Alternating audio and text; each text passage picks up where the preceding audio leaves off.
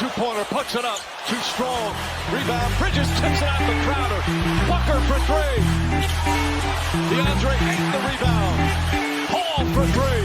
Bang!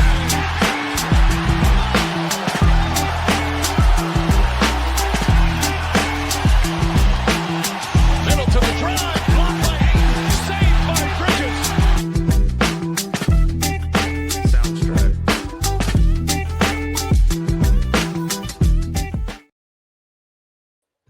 All right. Hello, everyone, and welcome back to another episode of Basketball in the Mountains. I'm your host, as always, Tyler King, here to talk all things hoops in the Mountain Time Zone. This is episode 85, and we are here today to talk about the Phoenix Suns. It's been a while since we did like a solo Suns episode on the podcast, so I'm really looking forward to this conversation today after a very interesting season for the Suns. An A-plus season, basically, considering all of the expectations and kind of everything that's going on in Phoenix the last couple of years. They win 45 games in the regular season. They were technically finished 7th in the Western Conference, but lost the first playing game before winning the second. So they got the 8th seed, and then obviously were swept by the Thunder in the first round. Like I've talked about a little bit on the podcast the last couple of weeks. My reasoning for not really talking about the Suns during that series is because I predicted a sweep. I kind of felt like they would get swept, so there wasn't really tactical stuff I felt like was super interesting, or, if the Suns had stolen one of the first couple of games, I probably would have talked about it on the podcast, but just kind of felt like playing the Thunder, even if they would have played the Spurs, I felt like it would have been a pretty quick series. Obviously Portland, who beat Phoenix in the 7-8 game in the play, loses in 5 to San Antonio. I feel like it would have been a similar series for Phoenix had they had won that first playoff game. So this season was not really about the postseason really at all. It was about everything that happened in the 82 games in the regular season and kind of what comes next. So looking forward to talking about them solely on the show today. We'll be back talking college hoops next week. I'm excited to dive into some of the teams you've got here in the rosters. We'll get into probably Colorado State a little bit next week.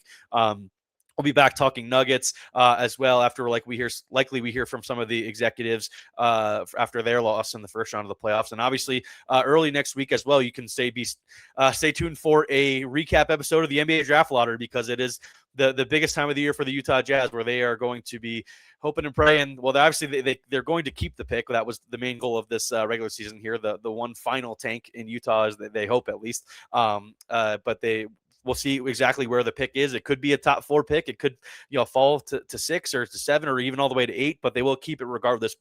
But either Monday or Tuesday next week, we'll be back early in the week talking about where the Utah Jazz are picking, kind of early thoughts on who they could take. And then later in the month of May, we'll be diving in with our big Utah Jazz draft big boards. I usually have my guy Troy Finnegan on to do that. It's all the scouting stuff. So looking forward to really diving into a lot of these prospects. I mean, I watched so much college basketball during the season that I feel like I know most of these guys already. But once we know exactly where the Jazz are picking, then it really kind of gets interesting. Just, start to placing together where you think who's going to be available and placing the big board based off of that, all that kind of stuff. So lots of great stuff on the show to come later this month in May. So make sure you're subscribed wherever you do so, wherever you are listening to never miss an episode, whether that's on Apple or Spotify. You can leave those 5-star reviews over there. That's super helpful.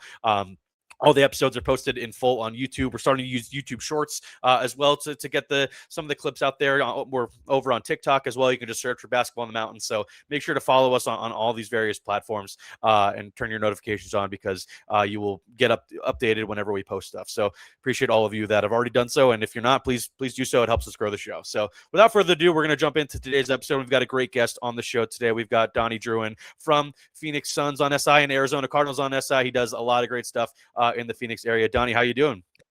Good, man. Good. Hey, you need to put like a flashing warning on that first clip you played at the beginning of the episode, because that was the Suns went up 2-0 in the finals after that game, and everything since has gone downhill for the organization. Before I never really thought about that. It's just like we have various intro videos for all the teams in the podcast, and I try to pick like a positive clip, and I just happened to pick the one that started all of this mess for Phoenix. Like, I could update it with something from this season. That was the last time Suns fans felt great about themselves. But before this year, that was the last time. It's been a tough couple of years, but brother, appreciate the kind words. Been really excited to hop on here and talk some Suns. Yeah, it's going to be there's a lot to talk about, even though like the Suns got swept out of the first round and it was kind of like a formality basically once they got in the play, or were stuck in the play-in. Like if the West had a top 6 throughout the majority of the regular season. It's like, okay, these are the real contenders. Even you can feel however you were about the Lakers or the Rockets or the Nuggets or the Wolves, but it's like everyone was kind of chasing the Thunder and the Spurs throughout the regular season. And it's like, okay, maybe one of these other 4 teams can sneak into that conversation. But Phoenix was really for the majority of the season in that 7 spot. It felt like really since like January on, they were kind of stuck in that 7 spot. They were clearly better than that morass of teams where there was the Clippers, the Warriors, all these like older teams dealing with injuries, or these other teams that are like half tanking, half not tanking for much of the year.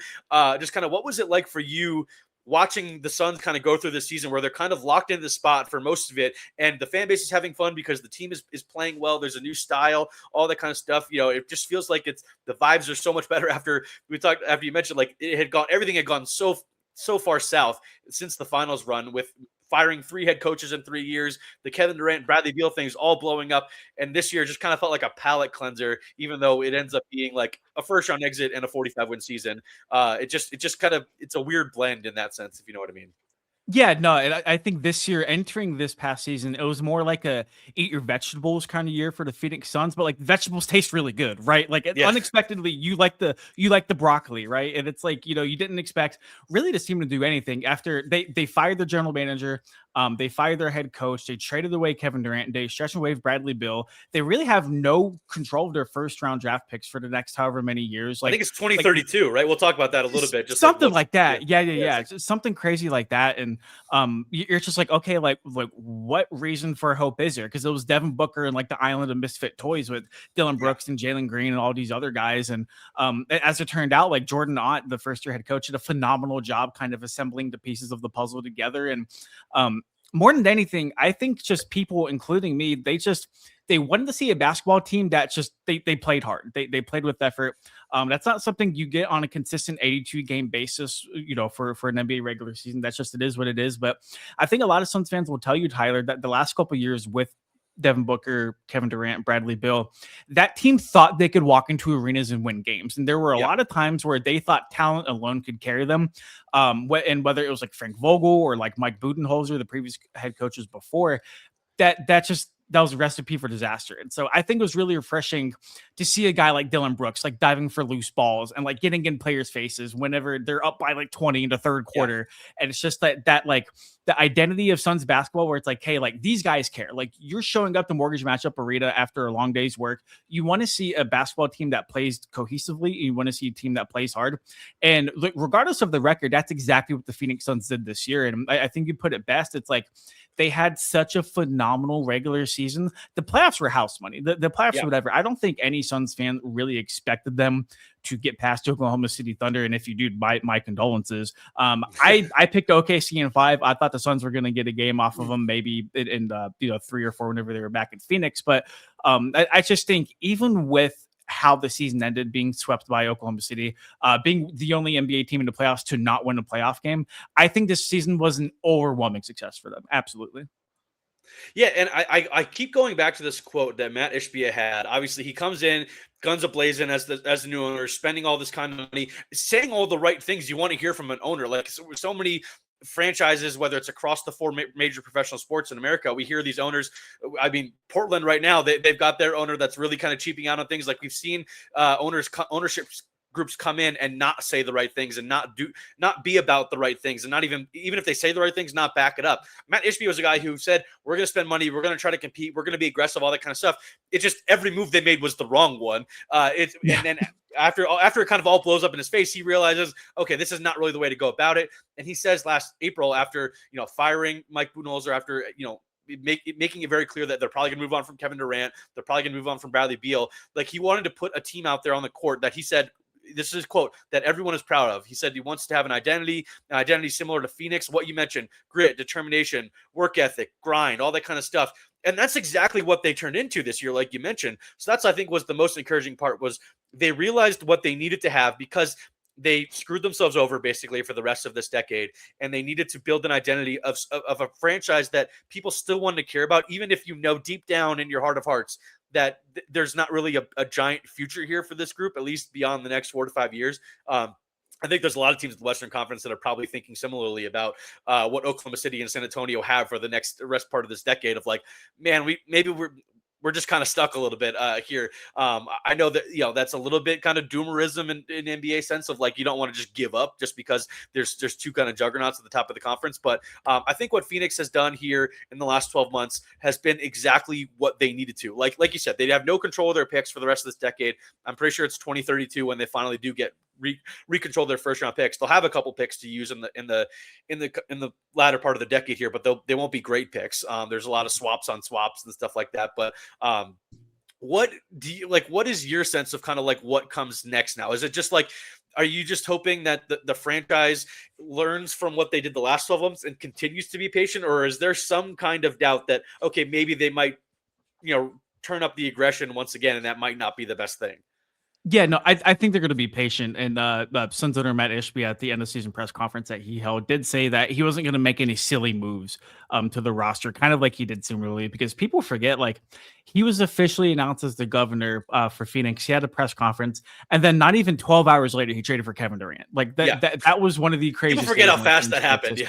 Oh, it like overnight, it felt like it. Literally, it was. But you look at like where the Suns roster is. People forget, like, I don't think they're going to make any like big sweeping changes just because like we haven't seen what this group looks like healthy. Like the trio of Dillon Brooks, Devin Booker, Jalen Green, and even like some of the role players like Grayson Allen, Royce O'Neal, Colin Gillespie, like they were never really healthy together this year. Like they were all kind of like in and out of the lineup at various spurts of the season. And so I think the Suns might want to see just what that quote unquote star trio looks like before making any like sweeping changes. So I don't expect like Jalen Green to be moved. I know some people have talked about that. The Devin Booker trade rumors, I feel like come up every single year whenever the Suns get out of the playoffs. We just need to stop talking about that, at least for now. And then like Dillon Brooks is like a key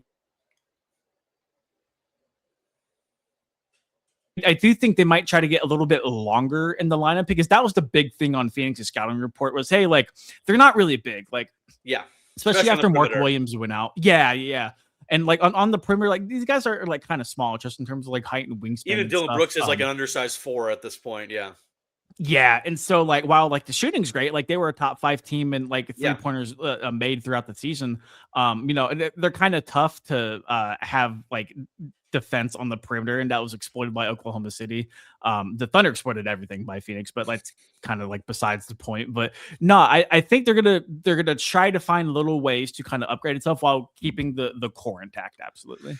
Yeah, I want to talk about a bunch of individual specific guys. Some can be grouped together, but I want to start with Jalen Green because I think I was very underwhelmed by the trade return for Kevin Durant. I was encouraged by them getting a first round pick. I like the Khaman Maluach pick. He was, I think I had him number 6 on my big board last year. I'm still encouraged by him long term.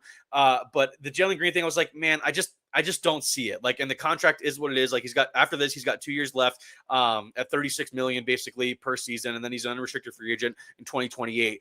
But as soon as he obviously has injuries to start the year, and then as soon as he gets back, he looks great. He plays like 5 quarters, I think it was, in like late November, early December. He's out there and he looks awesome. And then he gets hurt immediately right again. So his season just kind of never gets off the ground. And he is famously a guy that has played really well in March, which he did again this year. Just kind of, what do you make of his season overall? Like you said, you don't think they're going to move on for him. I kind of feel that way as well. He's extension eligible this offseason. I kind of imagine they're going to let the contract play out and not try to even get him back at even a lower number. They'll just kind of see if they do hold on to him, which I expect. They'll kind of just see what this next 12 months brings at the bare minimum. Just kind of, what did you make of Jalen's season as a whole, and kind of how he fits alongside Devin Booker as a backcourt partner and maybe an asset for the Suns kind of going forward if he can continue to play like he did in spurts this season? Yeah, I think up and down might be the best way to describe Jalen's season, right? I mean, like he had I think that's the best way to describe his entire career. NBA career. No, absolutely. No, absolutely, man. He had a hamstring injury in training camp whenever the team went on their like preseason thing to China. He re-aggravated it there. And he just missed a bunch of time. Then, like you said, he came back and he looked so good next to Devin Booker. And I think a lot of what Phoenix was missing was like a premier scoring option that can take advantage of like Devin Booker's gravity on the floor, because you have 3-point shooters in Phoenix. You have Grayson Allen, Royce O'Neal. Yeah. You have guys like that who can spot up around the perimeter, but you never really had like a guy who could like really get to the rim like Jalen Green could. And so like when you have that like that spacing with like Devin Booker's like presence on the floor, Jalen Green had ample opportunity to just attack the rim. And that's exactly what he did in the early part of the season, right? And everybody in Phoenix is like, okay, like I see the vision. Like I see what this is supposed to look like. And it looks phenomenal because like Book's putting up like 30, 35. Jalen Green's putting up like 20, 25. And he's just like that dynamic in the backcourt was so good. Devin Booker gets hurt at like somewhere around like the trade deadline, like the All-Star break. And we got the full Houston Rockets Jalen Green experience where it's like, hey, Jalen Green's going to score 20, but he's going to put up 30 shots doing so. Yes. And it's like, okay, you know, like, can Jalen Green be like a primary scoring option like in Phoenix with Devin Booker out? The answer is no. Like, I think we clearly saw for whatever reason, he just wasn't able to do so. Devin Booker gets back before the playoffs. Jalen Green rescues the Suns in their play-in tournament games. He dropped. Oh my God, he was the MVP of the play-in tournament, I think. Yeah, absolutely. Like what, 35 points in back-to-back games, something like that. Like, and it's like, okay, like I see how it's supposed to work. And I don't think he was like bad in the first round series by like any means. No, I don't think so. But like the overall, Jalen Green, like you saw the highs and you saw the lows. And like you pointed out, like that's kind of what we saw in Houston. There's going to be a lot of people that tell you that Devin Booker needs to be a shooting guard and not a ball handler. But like when you see kind of just how that backcourt worked with Jalen Green's ability to score next to Devin Booker, which is something like he really like hasn't had as like a premier guy who can like shoot and like put the ball in the hoop, which is kind of like the point of the game. Because you had Chris Paul, legendary point guard, and like Paul was more of like a manufacturer, like facilitator, obviously. Especially that point in his career. And Bradley Beal was always hurt, so we never got to see what Bradley Beal is capable of. Like we really haven't seen anything like that next to Devin Booker, and I think the Suns are going to want to try to see what that looks like before making any big sweeping decisions or even like more investments, like you said. Like I think whenever you highlighted that, like they're probably going to let the contract play out. Like I don't think they're going to try to extend him. They're going to, I think they're willing to play ball, but I also think Phoenix is more so like, hey, like we need to see how this works before we put a little bit more like capital into you. I think another 12 months, kind of revisiting this at this time next year, seeing how the season goes, is probably the smartest way to go with Jalen Green. Like you said, at that point, he'll be a giant expiring contract. If it really kind of blows up and he just doesn't seem like a long-term fit alongside Devin Booker, it's like, okay, then he's basically a $36 million expiring contract heading into the 27-28 season. And that's a lot easier to move off of if Phoenix is eager to do so, or just kind of, like I said, let the contract play out. The other guy that is extension eligible this summer that I do think Phoenix is going to want to get a contract done for is Dillon Brooks. Obviously, he's 31 years old. He's bounced around the league at this point, and he's had, I wouldn't say flamed out, but he's had interesting endings at various spots with like interesting interactions with his teammates. But this has clearly been great, not just great for Dillon Brooks, but great for the Suns as well, this marriage. And it's been like a perfect marriage. I've described it at times this season. Like I've never been the biggest Dillon Brooks guy in terms of his game or just like his personality, but he was exactly what this Phoenix Suns team needed. Just like a guy who's like, okay, I'm the adult in the room. There's a lot of young guys on this team still, even though you've got some veterans like Royce O'Neal, Grayson Allen's a veteran at this point. Even Devin Booker is 30 years old now, but there's a lot of young guys and other guys that are just trying to make it in the league, whether it's like a Jamari Bouye type. You need an adult in the room like Dillon Brooks. Like, okay, we're going to play this way every night, and it's not negotiable. I'm going to hold you guys accountable. I'm going to play this way too. And it just worked. Like and obviously he's on a nice contract. I think it's just under 21 million for next season. And then he's unrestricted free agent next summer if the Suns don't get anything done. Do you view this as priority number one this offseason for Phoenix, is getting Dillon Brooks back at a reasonable number? Maybe it is just sticking around that $20 million range, or maybe it bumps up a little bit to 25 million. Obviously, with the inflation of the NBA salary cap, that might make sense. But how important is this for just them to keep their basically culture driver and culture leader in the locker room for the next 3-4 years, even though he is, like I said, in his early 30s now? It just feels like that's invaluable for what the rest of the decade is probably going to look like for the Suns. Yeah, I don't think you can put a price on what Dillon Brooks did for the Suns last year. I really, really don't. So I do think getting Brooks and getting extension done with him and ensuring he stays in the Suns uniform for the next couple of years, like I do think that's going to be a big priority. And they have Mark Williams for agency coming up. They have like Yeah. Colin Gillespie and like there's another player skipping my head right now. But in terms of like getting like big like things done, like I do think Dillon Brooks is going to be kind of like at the top of the ladder because first of all, I want to highlight I didn't know Dillon Brooks could score the ball like that before. I don't think a lot of Phoenix. people did, And then he averaged a career high, like 21 points per game. And I'm like, oh, like where did that come from? Yeah. I'm like, I did not know Dillon Brooks was capable of this at the NBA level. He kind of did it at Oregon, but so that was nice. On top of all the other stuff that he brings, right? That the toughness, that like, I guess tenacity, for lack of a better term. But I think more than anything, like for a first year coach like Jordan, not like you need a culture setter. Like you need a guy who's going to kind of set the tone for the rest of the team. That's exactly what Dillon Brooks was this year, right? And like the antics are very understandable from the outside because Dillon Brooks is very much a hey, like if he's not on your team, you hate him. Like that's how sports work. Yeah. That he gave himself the villain nickname. Like he's the guy that went at LeBron. Like you're gonna hate him. Goes man. at Like, LeBron, but that's what he wants, right? That's how he functioned. That's kind of that's how his psyche works. And Suns fans, they got behind it super quickly. I think after watching Kevin Durant and Bradley Beal next to Devin Booker, guys who kind of just like slept walk on the floor or either like weren't healthy or just apathetic in general toward being a Sun, and like to have a guy that like shows up on a nightly basis and like looks like he cares and looks like he wants to win. I thought that won Suns fans over right away. And then you add his scoring, and then you add even his health, because whenever Jalen Green was hurt, whenever Devin Booker was hurt, like Dillon Brooks was like the main guy always in the lineup. Who he got hurt in his own during the season, only played 56 games, but it was still, when he was out there, every game it felt like meaningful and impactful. Or it was always on a night where Booker was out or Jalen Green was out. Yeah. Yeah. And what the good news with that is like Dillon Brooks like fractured his left hand towards the end of the season. And so it's like, okay, like you got through the Jalen Green thing, you got through like the Devin Booker injury. At least those two were healthy, but at least they had Dillon Brooks to kind of like steady the ship while those two were in and out of the lineup. And the hand was unfortunate, but even then, like he broke his like left hand. He was getting up shots one-handed at the Suns facility while he was like this dude, like he's a very hard worker. I understand the reputation that he gets, and obviously like the technical foul thing, like that needs to be drawn back. Like, like that's just kind of who he is at this point. Who he is though at this point, right? Too, yeah. It like would the Suns love for him not to get technical fouls every game? Absolutely, but like you kind of take the good with the bad with Dillon Brooks, and it's been a very, very good thing with him so far.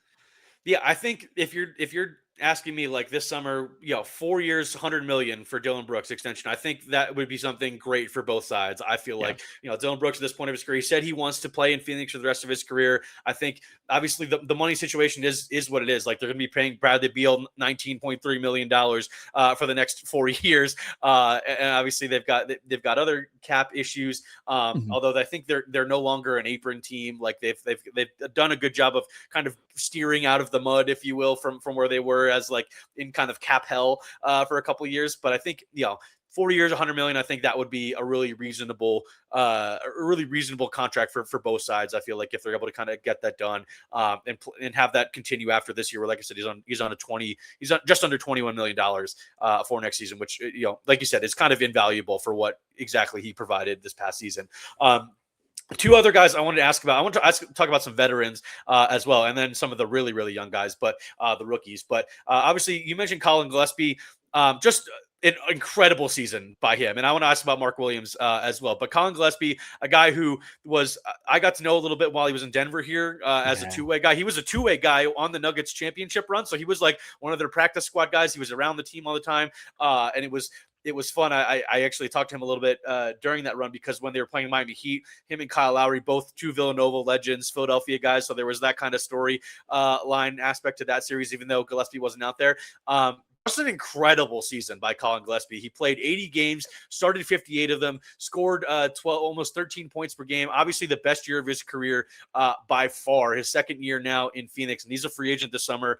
How important is it for Phoenix to keep a guy like Colin Gillespie? Because it felt like he, maybe other than Dillon Brooks, was one of the guys that embodied most about what everything Jordan Ott brought to this team and took that onto the floor. Yeah, Gillespie, I think you besides Dillon Brooks, you can kind of argue like outside of Devin Booker, obviously. He was kind of a glue guy. Like he really Yeah. was. He was so big for that backcourt because we talked about the injuries that piled up. Like Con Gillespie, all he really needed was an opportunity. And like he took full Yeah. advantage of it. And like he was a guy who he can run the point, he can shoot, he can facilitate. Like Yep. he does everything at like a very high level. And I think he was one of their top 3-point shooters this past year too. And for Yeah, he Jordan shot not doing 40% on over 7 attempts per game, which obviously his first year with the team last year, he played in 33 games and he shot 43% from three, but he way up that volume and still kept his percentage above 40, which is super great for a guy like that.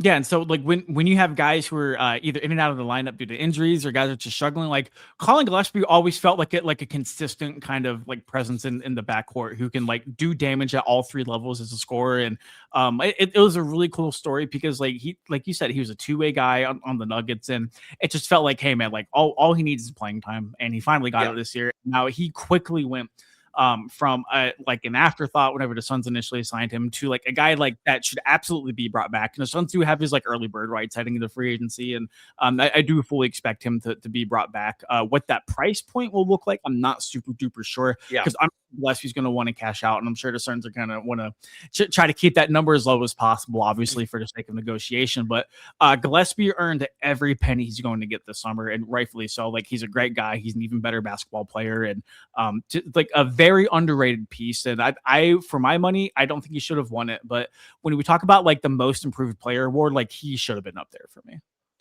Yeah, I think like a $15 million range or something. I saw people floating out there before. I think that is certainly reasonable for him. Obviously, he was on like a 2.3. He was on a minimum deal. He was making just over $2 million this past year. So I think that's a great deal for him. Like you said, a guy who's been on a two-way, has had really basically his NBA career be uncertain up until this point. And obviously this year he's reproved himself to be an NBA a bona fide NBA player who can impact winning. So I think, like, I agree with you. I think they should do everything they can to keep him around. And I think they'll both be able to. I think both sides will be able to come to a reasonable a number there to keep Gillespie in Phoenix. It seems like he wants to be there. He seems to enjoy playing for Jordan Knott. Those two guys seem to have a good relationship. So I mentioned Mark Williams.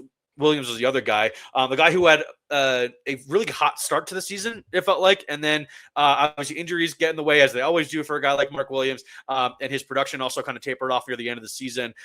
Just kind of what do you make of the Mark Williams addition? Obviously, last year they traded a late first round pick to get him.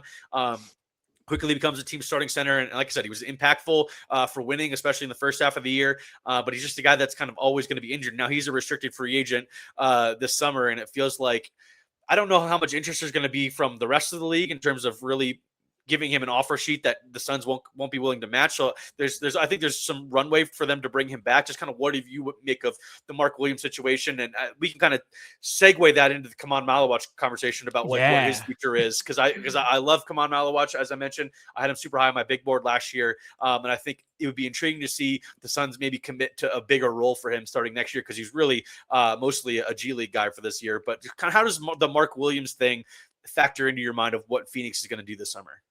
Yeah, I think a big thing that hinges on the Mark Williams question is going to be their belief in Khaman Maluach taking that jump into year two. And, which is really quick on Williams. Like he was like fairly healthy and available for the first half of the season. And that was like, okay. It looked great. It looked like a great. When Mark Williams is healthy, like he's a good NBA center, right? Yeah. Like crazy, like wild thought. Yeah, he's an average NBA center, like a guy that you can just stick out there and have trust that he can get it done at both ends. Yeah. No, absolutely. And like he was nothing superb. He was nothing poor. Like he was just kind of just like you knew what you were getting out of Mark Williams on a night to night basis. And that was, like a fairly solid amount of like scoring and rebounding. But he was never like super high or super low. And like then the injuries kind of started to pile up a little bit. And Jordan Knott has a very high affinity for a second year center, Oso Ighodaro. I think Oso is a bit more of like an athletic rim runner compared to Mark Williams. Oso's a guy we talk about too, because I thought he had a really impressive end of the season. He was the only guy on the team that played all 82 games. You can tell that, like you said, that the coaching staff really trusts him, and he's a guy that was out there a lot in the playoffs. Obviously, with Mark Williams not being available, but that's a fascinating aspect of this too, is what Oso can bring for this team as another young, undersized center, but still a guy that they like out there. And so I think with Oso and I think with Khaman Maluach, we talked about Mark Williams like restricted free agency.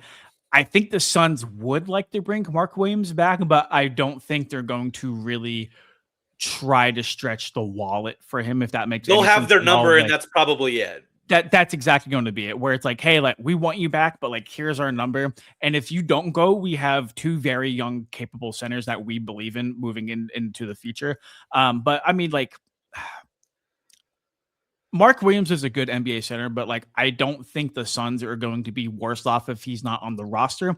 But that being said, with as good as Oso Ighodaro played at the end of the year, I do think there's something to be said about Mark Williams' rebounding ability and just his overall paint presence. Clearly the best rebounder on the team. Yeah. Compared to a younger guy like Oso. And that was kind of my big thing. Granted, like, comparing anybody to the Oklahoma City Thunder, like, they're going to look bad. So that needs to be taken with a grain of salt. But I'd like, especially with the two big lineup that they roll out, like the Suns didn't have like a ton of success like in the paint, right? Like, it wasn't really like a thing for them.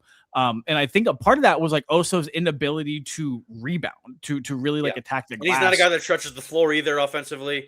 Right. He's not like a premier shooter. He's not a super athletic guy. Like, he'll go coast to coast and just like game it on somebody, but like, he's not he's not a floor stretching like five by any stretch of the imagination. Then you get into like the Khaman Maluach part of it, where like he's not, but like Maluach is like, he has elite potential to be a rim protector at the next level. And you talked about him being like a G League guy, because like number 10 overall pick, and Suns fans are watching all of these other top 10 picks just make instant impacts right away. Like Derek Queen was a guy who away. Two of his teammates were the top two from Duke, were the two biggest kind of rookie of the year. So that kind of stings a little bit, but this was always a long-term project with a guy like Khaman. Yeah. And that's what people need to remember too, is that like the potential is there, but like he needed time to develop. And then I think it got to a not point, an instant contributor pick. Yeah.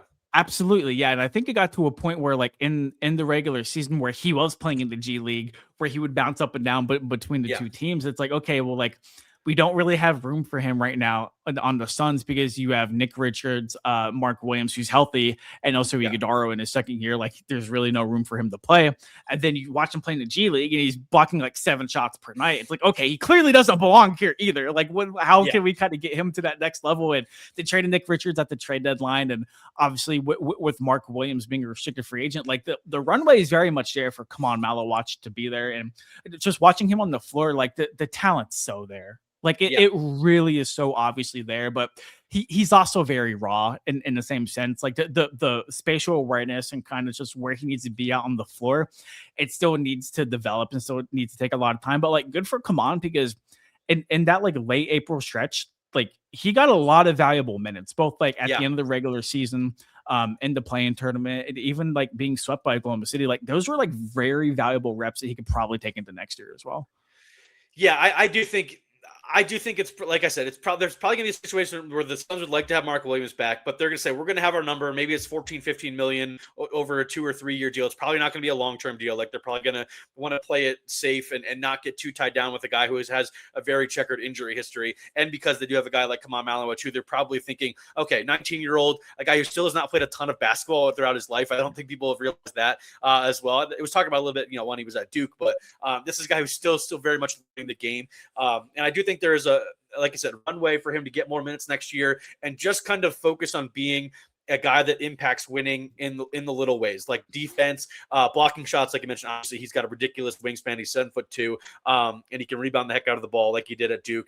As long as he's not getting pushed around, down low, I think he can be an impactful player without really doing much at all offensively, because you've got Devin Booker, Dillon Brooks, and Jalen Green in all likelihood, the guys that are going to be driving your offense, and at least the ones that are going to have the ball in their hands the majority of the time. So I think it's definitely one of those things, like I said, where Mark Williams, we'd love to have you back. Here's our number. If not, we're fine moving on with Khaman and Oso as our primary guys. And then you bring in like a vet min guy. Maybe it's like a DeAndre Jordan or somebody that's just like a veteran that could come in that spot and be like the third center and help those guys grow as well. So the other rookie, obviously, we should talk about is Rasheer Fleming, who has been I would say polarizing guy, because like I think the fan base loves him and has been calling for him to be playing more all season. I loved in the draft. I had him top 20 on my big board, so I was like thrilled when the Suns were able to get him with the first pick in the second round. Obviously, he's a Philly guy, so I'm gonna the St. Joe's guy, so I'm gonna like him. But I thought he was really impactful when he did get his chances this season, and I think there's a real chance he could like take what people thought Ryan Dunn was going to be in terms of like a stretch four who can be a defensive versatile defender as well. I think he could be that right away for this team next year. What do you think about Rasheer Fleming, his rookie season, and kind of what he could be for this team going forward? Yeah, I remember the Suns traded up for that pick to get Rasheer because they knew he was going to be a hot commodity at the start of the second round, and like they made that move, and I think that told you everything you needed to know about like how not only the Suns view Rasheer, but also like the rest of the league as well.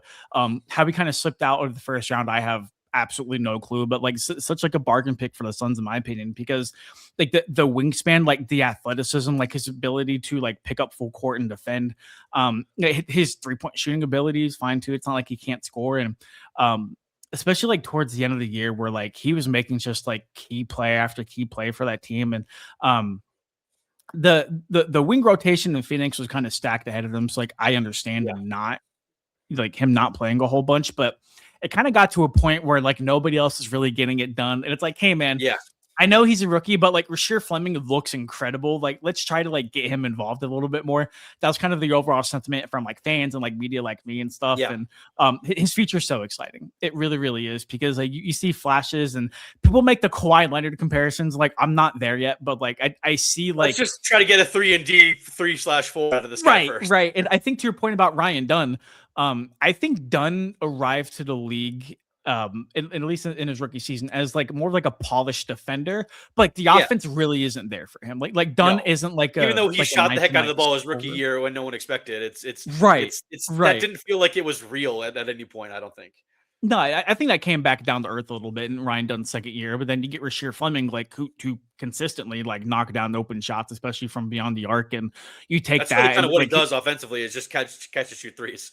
And you know what? If you can get that, and you can get premier defense like Rasheer Fleming like flashed that like he could during his rookie season, like you're cooking. Like you are absolutely cooking with gas, and I think Rasheer Fleming like has like.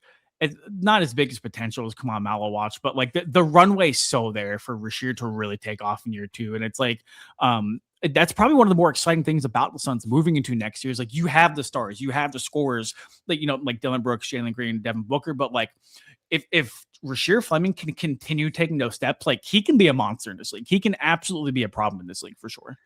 Yeah, he can be an elite role player. I think I fully see that. That's why I loved him in the draft last year, because I was like, man, I really see like he's 6'10 ish, 6'11. Like he's a guy that flashed like real defensive potential when he was in college as well. I love the jumper. I thought it was translatable. I thought, you know, he's never really going to be a guy that does much with the ball in his hands. But if you can get a 3 or a 4 in this league that is a menace defensively and also can knock down catch and shoot threes, whether it's in the corner or on the wings at a consistent rate, that's a super valuable player. And especially like you said, for a team like the Suns that has, you know, their primary ball handlers and offensive initiators, like you that's kind of what you're looking for, is guys like Rasheer Fleming that can bring what you need defensively while also being reliable enough that they're not just being completely ignored offensively. So I'm super intrigued, and I think he should be a big part of the rotation going forward next year. Not maybe as a starter, but one of the first guys off the bench, and maybe the backup 3, backup 4 swing guy, kind of that thing. So the last 2 players I wanted to specifically ask you about today were 2 veterans who I don't know they can make a combined 29-ish million next season. Royce O'Neal and Grayson Allen. Grayson Allen obviously making 18.1. Royce O'Neal just under 11 million. And I think it would probably be wise if it's me to move on from one of these guys, to just maybe clear some money off the books, and so you can bring back a guy like a Colin Gillespie, or maybe if you are bringing back Mark Williams, and obviously Dillon Brooks is probably going to be making a little bit more on his next contract, so they are going to need to free up some money. Just what do you make of how, because obviously these guys have been a part of the organization for a couple of years now, that they have impacted winning in a big way at times, and have been just kind of steady veterans that this franchise has needed. But it feels like maybe it's the time where one of them kind of they move on from. Who do you agree? And who do you think that could be? Like, what do you make of the situations for both those guys? They're both in their early 30s now. We know what they are. They're reliable shooters. Grayson Allen is more of a 2. Royce O'Neal is more of a 3. And even when Royce was played the 4, he's pretty undersized in that role. Like, these guys just kind of are what they are. Like, what do you make of that situation for those 2 guys going forward? Yeah, those are 2 guys who have been involved in Suns trade rumors for, it feels like forever since they got on. Just because they've got reasonable contracts that you can move, veteran guys, they're shooters. You know, their contracts aren't crazy. Like they're both got 2 years left after this year, going into next year. Yeah. Yeah, it's like anytime Phoenix is like slightly involved in trade, like recently, like the whole like Aaron Gordon thing popped up, and it's like I wasn't okay, gonna like bring that up today because I didn't really feel how real it was. But if that gets more real, we will obviously talk about it a ton on this podcast. it did get shut down by a Suns insider in here in the market, so like it's not going to happen. But like case in point, it was like okay, let's throw them Grayson Allen and Royce O'Neal and second round picks, and people are like, no, like the Nuggets are not going to accept that for Aaron Gordon. Like, what are we doing? But like case in point, like those are guys who like they're solid role players. They do very, very well. If you're having me keep one, I'm keeping Grayson Allen for sure, just because like I know the 3-point shooting dipped a little bit, but I think just what he does offensively, like he really improved his ability to slash and like kind of get to the rim. And the thing with Royce O'Neal, in my opinion, because Royce had one of his best 3-point shooting years of his career this past year. When that 3 ball's not hitting with Royce, like there's not a whole lot else he's kind of giving you. And I don't say that as like a way to demean him, but like he's very much like just your prototypical 3-and-D kind of guy. And even like his defense isn't like all that superior as well. So if you're having me choose between the two, like, yeah, like get Royce off of the books, and that opens the runway for Rasheer Fleming to get a little bit more minutes too, and maybe some of the other rotations that Jordan Knott would kind of like to tinker with in the lineup. I do think one of the two will probably get moved this offseason because, like you said, like Colin Gillespie, there's another player who like is really slipping in my mind that they're gonna have to make like another decision on. But then you have like the Mark Williams restricted free agency thing. It's like you can't keep everybody. Jordan Goodwin is probably the other guy that we're not Jordan Goodwin, really mentioned. Yes, he's Jordan an Goodwin. unrestricted free agent, and he was obviously a massive part of what they were doing as just a bench, kind of do it all glue guy. Backup best on ball defender that they had. Whenever they played the Spurs, they would stick him on Wembanyama.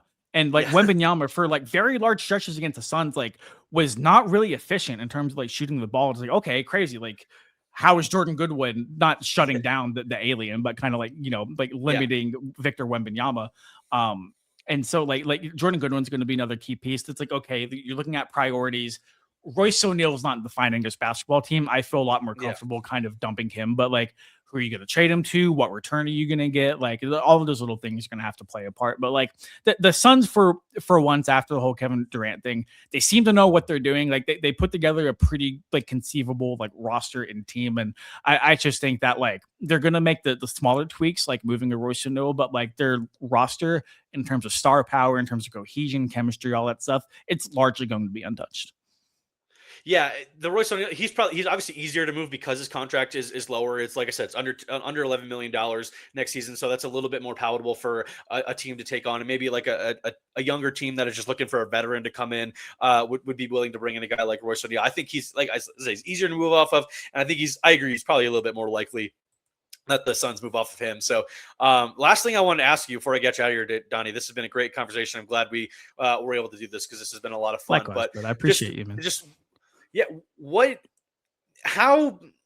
I'm trying to word this correctly because it feels like this is kind of what it's going to be for Phoenix for the next couple of years. Like they're just kind of like you mentioned, eating your vegetables. And this year they tasted great. Like what happens over the next 3 to 4 years? Like, is it just about trying to I've talked about this a little bit on the show and how I feel. I'm interested on your take. Like, is it just about adding on the margins, trying to continue to make the smart, small moves, and then if a big move comes along and you think it's the right one, then you jump at it, but just not being overly aggressive? We talked about this about the little of the show, but at the beginning of the show, but I'm curious, like what the future, how Phoenix fans view the future. Are they already kind of resigned to the fact that, it's probably not going to be the greatest, like they're not going to be a championship contender in the next 5 years? Is it all about just like adding the right pieces and continuing to build this culture so that when maybe when Oklahoma City or San Antonio does show a little bit of vulnerability and there is that big move for you to make, that you can build another team around another potential championship contender around Devin Booker in 5 or 6 years? Yeah, I think you kind of look at the landscape of the West right now, and you look at Oklahoma City, you look at San Antonio, you look at some of the other teams too. Like, it's a bloodbath. Like, it really, really is. I think Utah's going to take a big step forward next year. Obviously, Nikola Jokic isn't going anywhere, even though the Nuggets might not be a title contender anymore. They're still going to be a massive force in the conference. Yeah, you kind of need to understand that like the goal is to win a championship every year, but like I don't think success in Phoenix is going to be measured by whether or not they reach an NBA finals. And I think this year was a perfect example of that. And it's like, okay, like you made the playoffs, and now that's kind of the expectation. Like, yeah, like this year was fun. You know, they snuck up on team. They're not going to sneak up on anybody anymore. And it's like, okay, like how do you? People are going to be ready I for think their you put it- style of play. You put it perfectly too. I think it's just like adding to the margins. I think it's like getting to the point where you say, okay, like just like what little things can we do better? What can we tweak? Where can we get these small wins? And if we get Oklahoma City in a 7-game series, if we get San Antonio in a 7-game series, like sports sometimes, man, like How can we make it nights as hard you as was just possible on not them? having Yeah. it. Right. And like over the course of a 7-game series, like obviously like normally the better team wins more times than not, but like you can catch teams slipping. Like you really, really can. So I think they have the effort, they have the attitude, they have the hustle. It's just like, okay, like how can we maximize the lineups around Devin Booker? How can we kind of just get better? And maybe the areas where people aren't looking or necessarily like putting the spotlight on.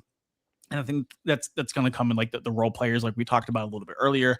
And I don't think championship is like the like overwhelming goal. Obviously, it's a goal for all 30 NBA teams, but I don't think it's, hey, like if we don't win a championship in the next 2 years, we're blowing this up. I think they're very cognizant of what the landscape is, especially in the Western Conference. And I think as long as they can just field a very competitive team, maybe not like a 50 or 60 win team, but like a very competitive team year in and year out, I think that's really all you can ask for. All right, man. This has been a great conversation. I really appreciate you hopping on today, man. You got anything you want to plug before you get out of here? Nah, man, not really. Just I do Sons of Cardinals stuff for on SI, so just si.com/NBA/Suns. Check our work out there, and Tyler, really appreciate the conversation, man. I really do. All right, man. Appreciate it. We'll make sure to have you back on at some point in the future because this was great. So appreciate you doing it again. All right, that'll do it for today's episode of Basketball in the Mountains. Thanks again to Donnie Druin from Phoenix Suns on SI. Also, Cardinals on SI does great work over there. Make sure to give him a follow on Twitter /X, whatever you call it, at Donnie Druin. So appreciate his time today and appreciate all of you for listening. Like I mentioned at the top of the show, make sure you're subscribing wherever you're doing so, whether it's on Apple or Spotify, leaving those 5-star ratings over there as well. You can leave comments on the shows on Spotify. Same thing on YouTube. Make sure you're subscribed to the channel. Make sure you're liking these videos, leaving comments, all that kind of stuff. Let me know, Suns fans who are tuning in today, make sure let me know how you guys are feeling heading into what should be a fun off season and after a really fun palate cleansing kind of season in Phoenix. So that even though it was ended in a sweep in the first round, massive success in my eyes for all the reasons we talked about on the show today. So appreciate all of you for listening. Appreciate Donnie Druin again for joining us and enjoy the week of basketball.